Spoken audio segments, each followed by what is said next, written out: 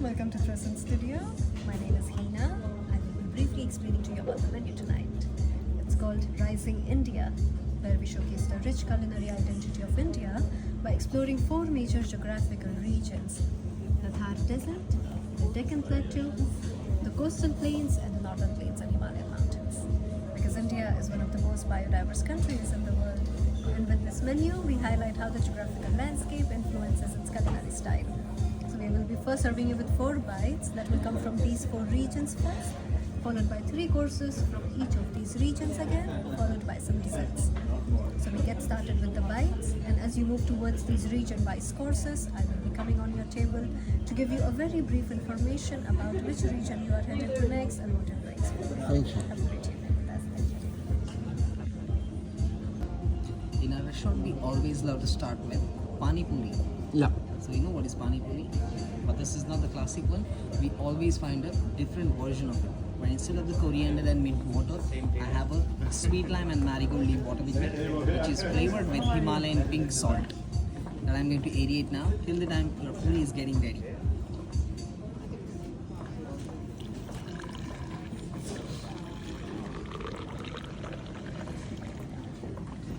Thank you.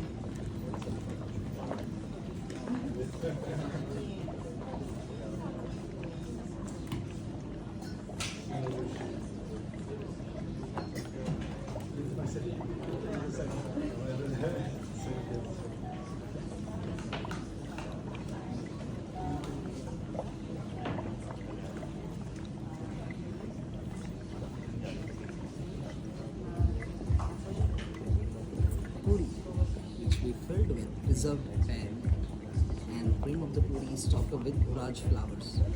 So now I'm going to add this water into the puri.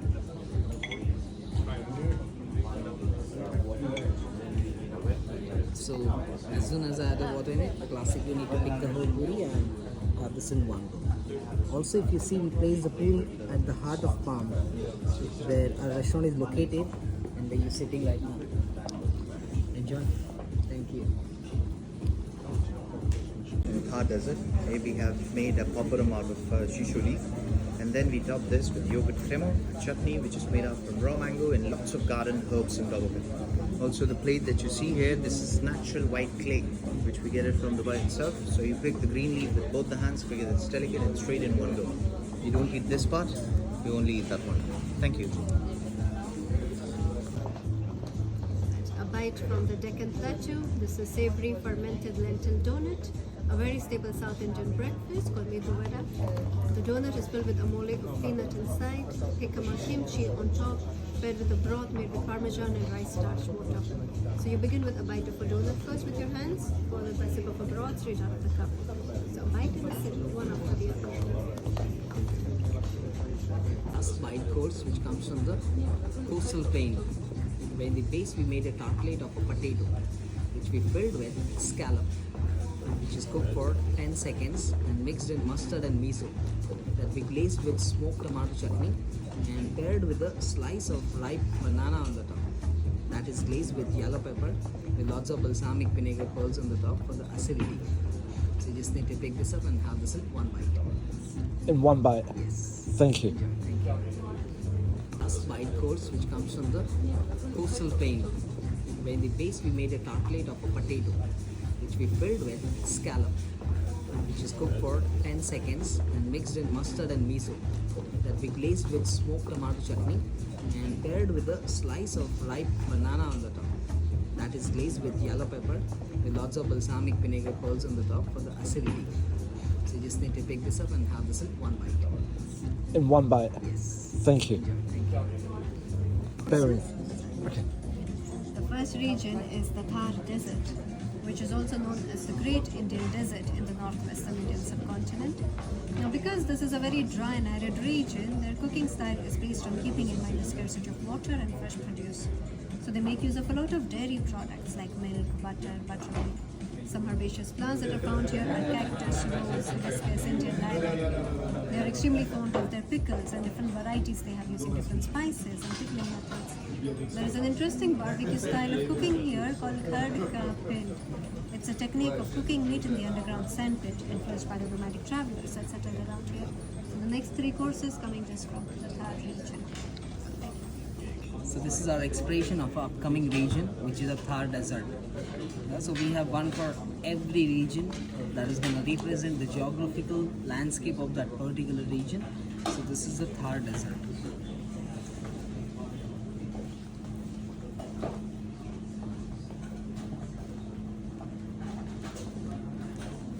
Thank you. We are serving you missi roti, chickpea flour bread, which we fill this up with cured Nepalese curry. It has cultured butter with thin slices of Nepalese cactus, which we compress with arugula. It has kiko flour and toasted onions. And I would request you to pick this up and straight in one go again, because it has a curry inside. Thank you. Right, let's go. So this dish, it's inspired from a cooking technique in India, which we call khat kapin, where we cook the meat or the bird under the ground with hot charcoal on the top. Here we've used conchi duck, which we marinated with garlic aioli, fly clam, pickle, hint of hot sauce with lots of edible flowers. And at the base we have ash roasted artichoke, which will give you the smokiness and the earthiness in the dish. So you pick this up, 2-3 bites, will do. Thank you. The last course from this region, which is all about pickling spice of India, where we fry the pepper on the side that we filled with pickling emulsion, a mixture of pickles in it, with the tangerine gem flowers on the top, which has acidic and floral taste to it. That we paired with the ice cream in the middle, made of buttermilk curry. Buttermilk curry, and also known as khandvi ice cream in India. So with every bite of this chili, I will request you to have a spoon of the ice cream. Enjoy. On to the next region now, which is the Deccan Plateau. So the Deccan Plateau in the peninsular India is a divide between the north and the south. There are a large number of rivers that flow down to join the Arabian Sea and the Bay of Bengal, which makes it an absolute fertile land to grow rice, coconut, sugarcane, spices. Most of the spices of India are produced in the south, like cardamom, cloves, cinnamon, pepper.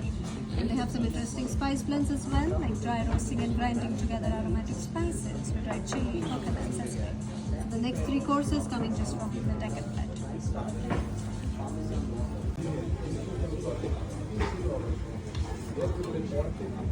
Here we have tender coconut skewer, which we marinated with smoked nilgiri spices.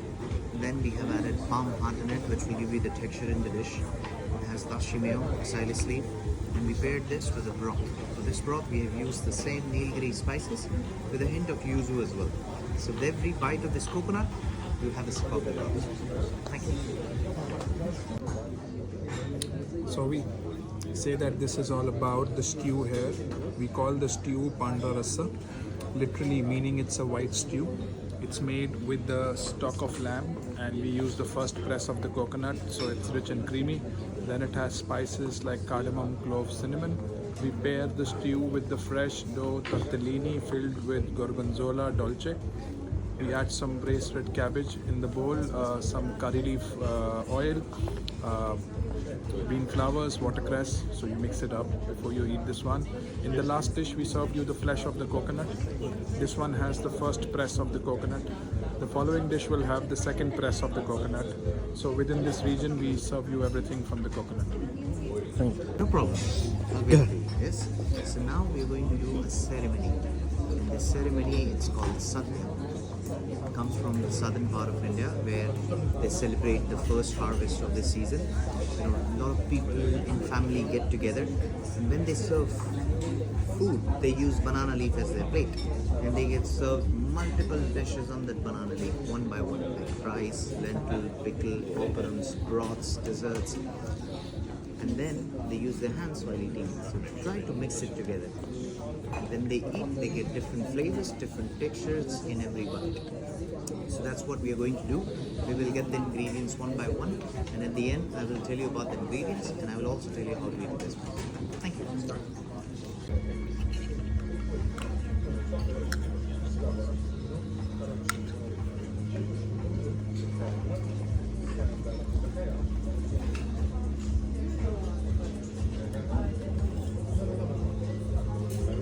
Thank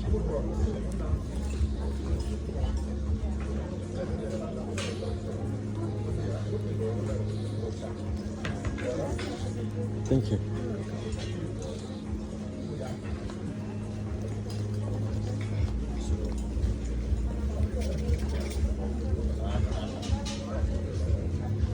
Thank you.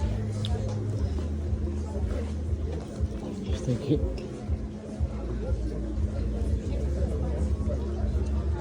So, first we've added pickled pineapple with cream of rice in it, mango pickle, drops of banana vinegar, tiny almonds which we call kudapa, and ice cream. It's been Moving ahead to the coastal plains. It's a vast stretch of thousands of kilometers, offering rich tapestry of different flavors and culinary traditions, with fiery spices that comes from the Malabar and the Konkan coast to delicate seafood that comes from Bengal and Orissa. Because it's the coastal plains, seafood dominates their food habits. They have crab, lobster, shrimp, fish. And there's a distinct sourness that comes through in their cooking with the use of tamarind, vinegar, raw mango, depending on which area it comes from. So the next three courses coming just from the coastal plains. So, this dish, it's all about the coastal spice from India, and the spice blend that we're using here, we call it ghee roast spice, which is a combination of clarified butter and sweet spices. And then we cook the crab in that spice, and we bake this with cinnamon bark. So while baking the crab with the cinnamon bark, it absorbs all the flavors of cinnamon, and we top this with curry leaf tempura and the potato crisp. So I would request you to hold the bark from one hand, from the other you take the tweezer, you pick up the crab meat from it, and then enjoy. So you don't eat the cinnamon bark, you just eat the crab meat from it. Thank you.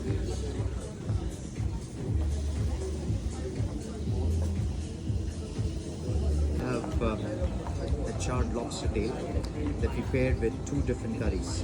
In the middle, you have corn curry. The other one is Malabar tamarind curry with fermented chili, and then we glaze this lobster with tomato pickle. So the best way to eat this, you cut this dish into a few bites. Then you take the spoon, and with every bite, I would request you to take each and every element of this dish. Thank you. Thank you.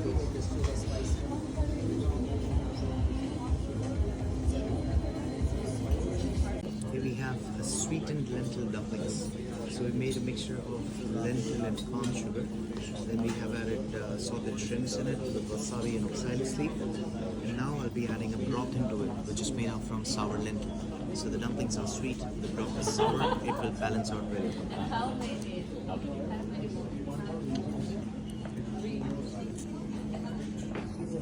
Thank you.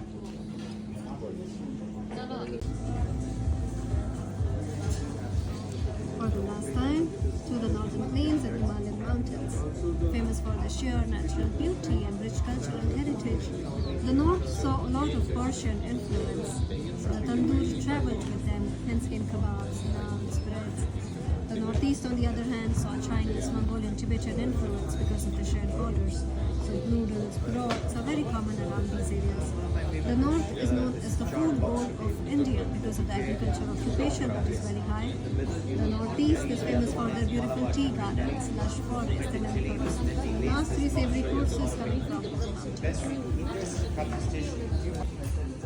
So this one is the first dish from the northern plains and Himalayan mountains, and it's about a kebab of lamb, which is made with the minced lamb. We mince and pound the lamb several times to make it soft in texture. Then we pair it with the korma of the green plums. Usually in the north, one of the kormas is prepared with the ripe plums. So we twist that recipe. We also add yogurt chutney at the bottom with some pecan nuts, some pickled onions, mountain leaves, a tiny cucumber with its flour dusted with mint. Thank you, Ben.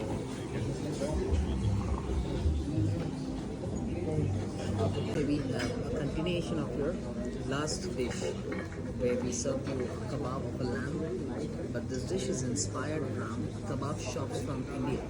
Why? Because when we make kebabs on a copper pan, that sticks to the pan after making it with the aroma, flavor, fat. That is the more tastiest part than the kebab itself. So we just wanted to give you that taste in it. So in this we use the lamb and turnip, which is cooked with 17 different spices that we paired with the sourdough toast on the side. So you just need to pick the toast, scrape it like a star prata, and then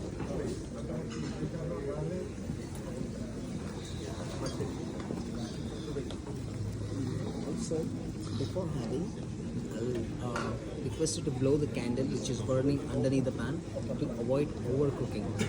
You can pick the pan by holding its handle, blow the candle, and then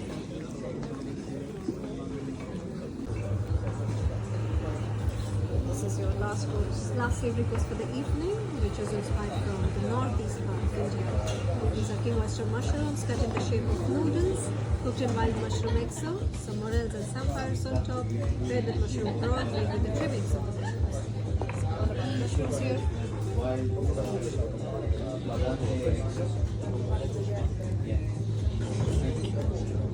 This is your pre-dessert. We are serving you the flavors of sea. So we have made a sea water out of black tea. It has light soy, rice vinegar, cucumber vinegar, lychee, which will give you the bite of the oyster, oyster leaf, which will give you the flavors of oysters, and the pearl, it's made up from sour milk and lemongrass. So how you eat the oyster the same way, please make sure everything goes in one way, like an oyster. Thank you. Thank you. Your main dessert. We are serving you ghevar. Ghevar in India, it's a cookie which is made up from refined flour, clarified butter and milk. What we have done here, we have made a thin ghevar out of cacao. Then we paired this with toasted barley ice cream. It has cauliflower cremo and a butterscotch piece. Thank you.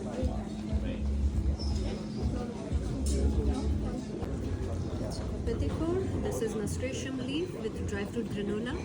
The rosette on top is rose apple dusted with strawberries. So you may want to fold the nasturtium leaf underneath like a taco or a pan and have this in a bite or two. So from leaf to flower, everything is edible.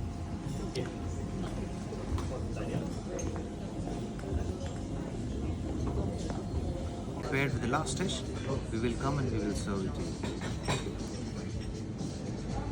Thank you.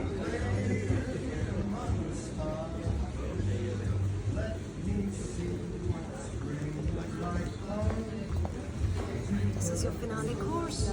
We call it a honey moon because there's literally honey on top of the moon. So we've made a hive out of white chocolate and cacao butter, which is drizzled with raw organic honey that comes from the mountains of Fujairah, paired with light black tea called Kanchenjunga that comes from Kanchenjunga mountains. So the idea is to give you tea, honey and milk towards the end of your meal. So just have a bite full of the hive in one go because it just melts in your mouth. You can then cleanse all the sweetness with the tea. Cheers.